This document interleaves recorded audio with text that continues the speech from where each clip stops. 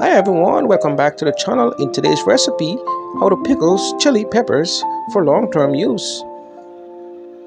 In today's recipe, I will share with you one of the most efficient way where you can make delicious, tasty pickle at home for long-term use.